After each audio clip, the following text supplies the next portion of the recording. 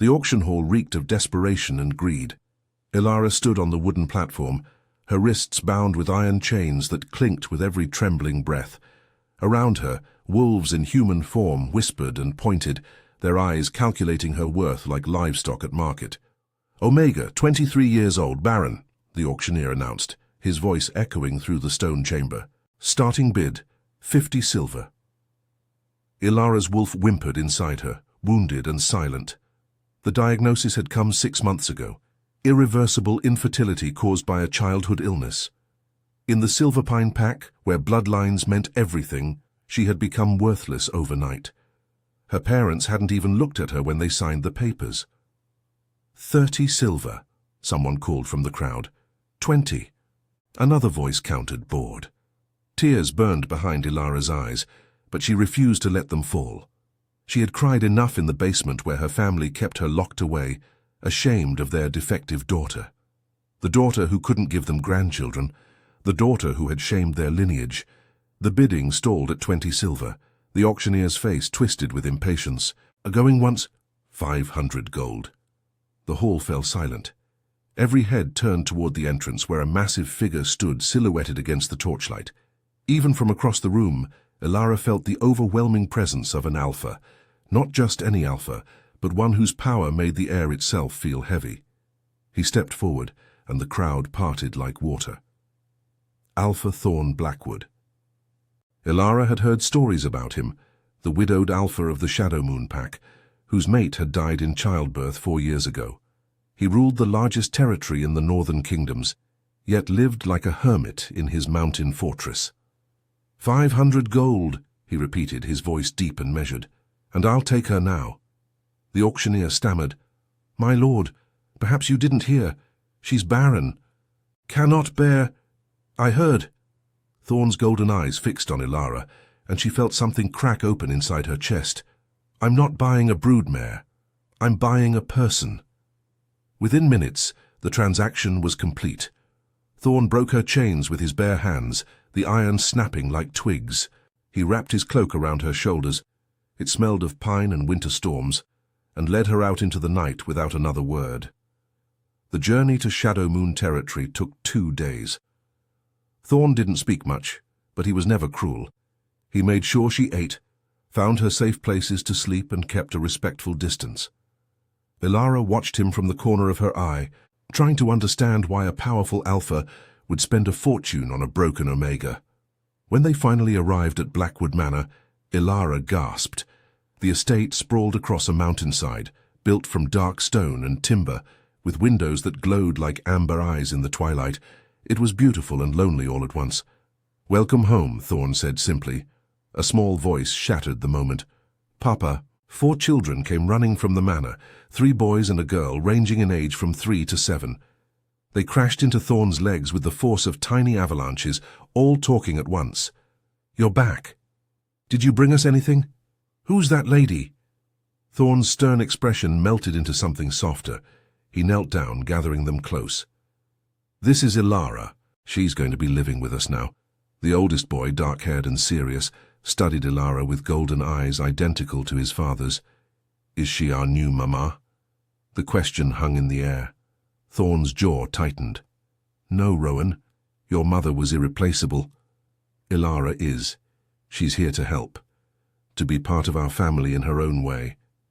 The little girl, maybe 4 years old, suddenly grabbed Ilara's hand. "You smell nice, like flowers." Ilara's throat constricted. "Thank you," she whispered. That night, after the children were tucked into bed, Thorn finally explained. They sat in his study, a fire crackling between them. "I don't need a mate," he began, staring into the flames. "I had one. Lydia was everything. When she died bringing Mira into the world, something in me died too." He paused, his hands clenching.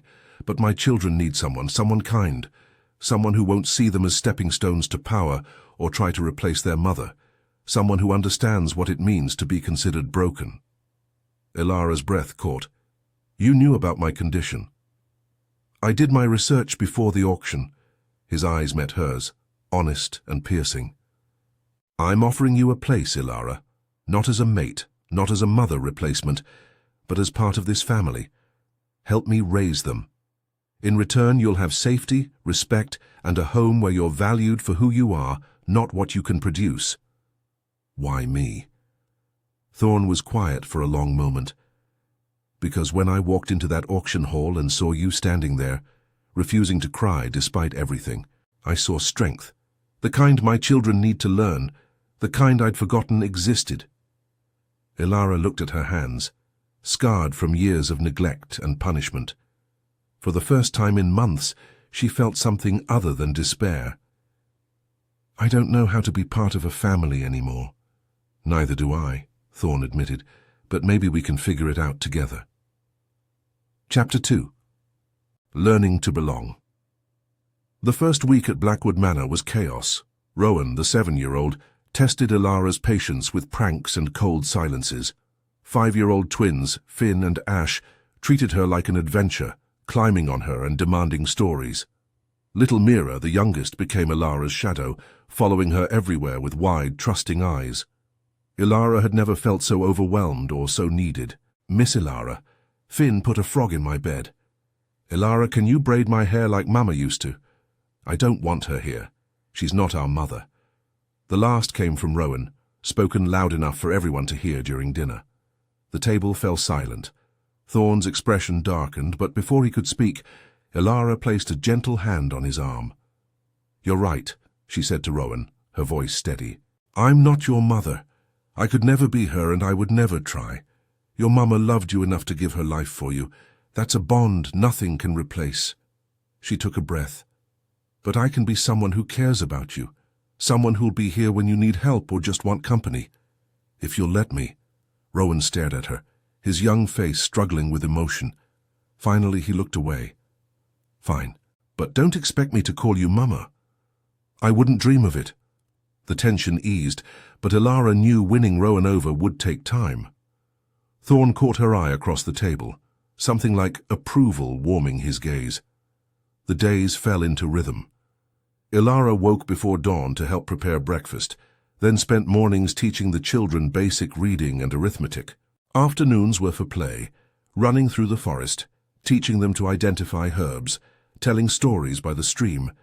Evenings belonged to Thorn, who took over their combat training and pack law education. Ilara watched these evening sessions from the window, fascinated by the transformation in Thorn.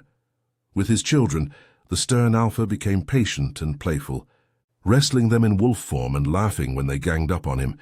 She'd never heard him laugh before. The sound did something strange to her heart. One night, Mira had a nightmare. Her screams woke the entire house.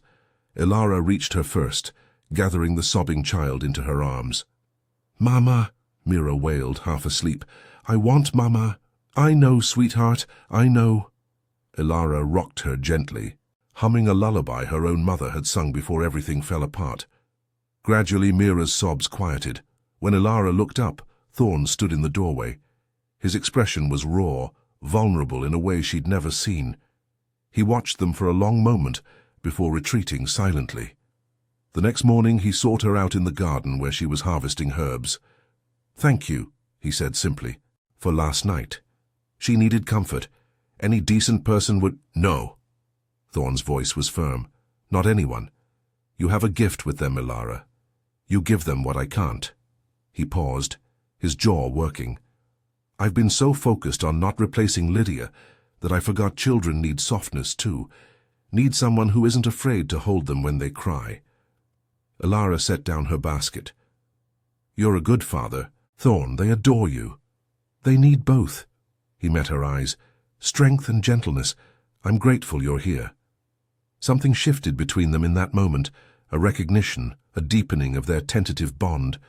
Ilara felt her wolf stir, interested for the first time in years. By the end of the month, even Rowan had softened. He started sitting next to her during meals, asking questions about the herbs she collected. When she praised his reading progress, his entire face lit up. The breakthrough came during the full moon celebration. The entire Shadow Moon pack gathered in the ceremonial grounds, wolves running free under the silver light. Ilara stood at the edge, unable to shift. Her wolf was too wounded, too broken by years of rejection. She didn't notice Rowan approach until he slipped his small hand into hers. "Papa told us," he said quietly, watching the wolves dance under the moon, "about why you can't shift, about what your old pack did to you." Ilara's throat tightened. "Rowan, it's not fair." His voice cracked with childish outrage. "You're not broken. You're the kindest person I know. They're the broken ones for not seeing it." Tears finally spilled down Ilara's cheeks. She knelt down, pulling Rowan into a fierce hug. "Thank you," she whispered. When she looked up, she found Thorn in wolf form at the tree line, his golden eyes fixed on them. Even from a distance, she felt the intensity of his gaze, protective, possessive, and something deeper she didn't dare name. Chapter 3. Bond's Awakening. The attack came without warning on a crisp autumn morning. Rogues, a pack of them, breached Shadowmoon's border while Thorn was away negotiating with a neighboring alpha. They targeted the manor, seeking hostages to use as leverage. Ilara heard the warning howls and immediately gathered the children, herding them toward the safe room Thorn had shown her. But Mira had wandered off to pick flowers. "Stay here," Ilara commanded Rowan and the twins. "Lock the door. Don't come out until your father returns." "Miss Ilara, no—" Rowan's protest was cut off as she shut them inside. She found Mira near the garden, frozen in fear as 3 rogues circled her. They were in human form, scarred and feral-looking, their eyes gleaming with malice. "Well, well," one of them drawled. "An Omega and a pup. Blackwood will pay handsomely for their safe return." Ilara stepped between them and Mira, her heart hammering. "You won't touch her," they laughed. "And who's going to stop us? You?" Something ancient and furious awakened in Ilara's chest. Her wolf, silent for so long, surged to the surface with a force that stole her breath. She felt her bones begin to shift, felt power coursing through her veins, power she'd thought lost forever. "Yes," she snarled, her voice deepening as the change began. "Me." The shift was agony and ecstasy. Her wolf emerged for the first time in 3 years, smaller than an alpha's but fierce and silver-coated. She launched herself at the closest rogue, fangs baring. The fight was brutal. Ilara was rusty, unpracticed, but desperation gave her strength. She managed to wound 2 of them before the third caught her by the throat, slamming her against a tree. Dark spots danced across her vision. Then a roar split the air, primal and terrifying. Thorn exploded from the forest in his massive black wolf form, followed by his warriors. He tore into the rogues with savage efficiency, his fury palpable. Within moments, the attackers were either dead or fleeing. Thorn shifted back to human form, racing to where Ilara lay bleeding. "Ilara, Ilara, look at me!" She opened her eyes, her wolf already retreating. "Mira, safe, thanks to you." His hands were shaking as he checked her wounds. "You shifted. How? I don't know," she whispered. I couldn't let them hurt her." Thorn lifted her carefully, cradling her against his chest. "You magnificent, reckless woman. You could have died." "She's one of ours," Ilara said simply, before darkness claimed her. She woke 2 days later in Thorn's private chambers. The alpha sat beside her bed, looking haggard and furious and relieved all at once. "You're awake." His voice was rough with emotion. "Thank the moon. The children, safe, all of them, because of you." He took her hand, his grip almost painful. "Ilara, what you did, protecting Mira at risk of your own life, no one has shown that kind of devotion to my family since Lydia died. I love them," she admitted, the truth spilling out. "All of them. I know I have no right, or that I'm not their mother, but—" "Stop." Thorn's golden eyes blazed. "You have every right. You've earned it 1,000 times over. They love you too. Rowan cried for hours thinking we'd lost you. Mira won't leave your door. Even the twins are subdued." Ilara's chest ached. "Thorn, I need to tell you something." He stood, pacing like a caged wolf. "When I walked into that auction hall and saw you, I told myself I was being practical. Told myself I just needed help with the children. But that was a lie." He turned to face her, his expression raw. "From the moment I saw you, my wolf recognized you, not as a convenient helper, as a mate." Ilara's breath stopped. What?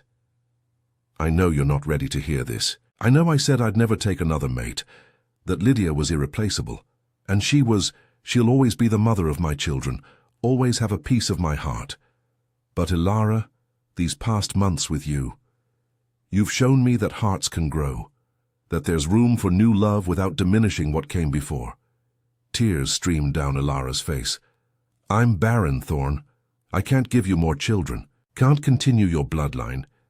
I have 4 children who need a mother who loves them, not a womb that can produce more heirs. He knelt beside the bed, taking both her hands.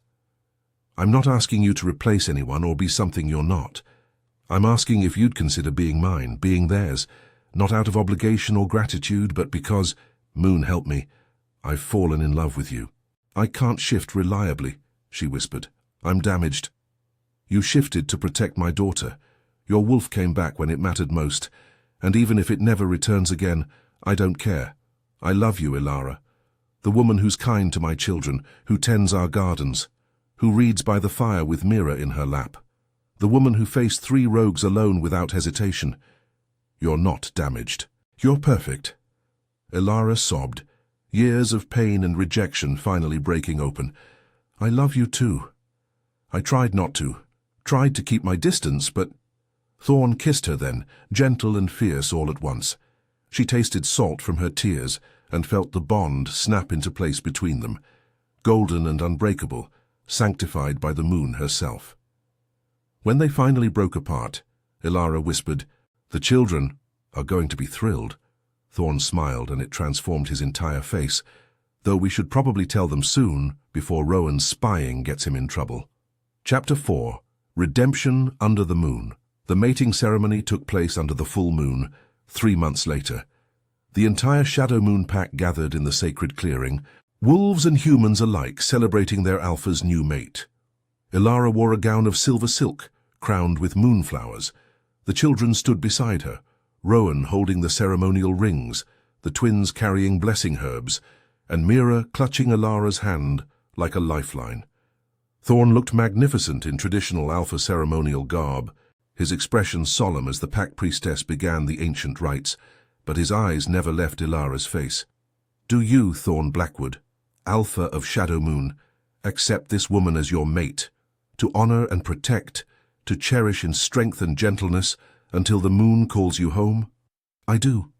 His voice rang clear across the clearing.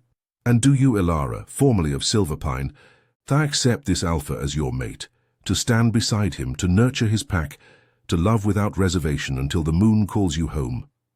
Ilara looked at Thorn, then at the 4 children who'd become her heart. I do, the priestess smiled. Then, by the power of the moon and the blessing of the pack, I declare you mated. May your bond be eternal. Thorn pulled her into his arms, kissing her deeply as the pack erupted in howls of celebration. Ilara felt her wolf rise to answer, silver and strong, finally whole after years of being broken. When they broke apart, Mira tugged on Ilara's dress. Does this mean we can call you Mama now? Ilara knelt down, gathering all 4 children close. If you want to, I would be honored. Mama, Mira said, testing the word. Then, more confidently, Mama. The twins joined in, chattering excitedly. Even Rowan, trying to maintain his dignity, whispered, Love you, Mama, before burying his face in her shoulder. Thorn watched them, his eyes bright with unshed tears.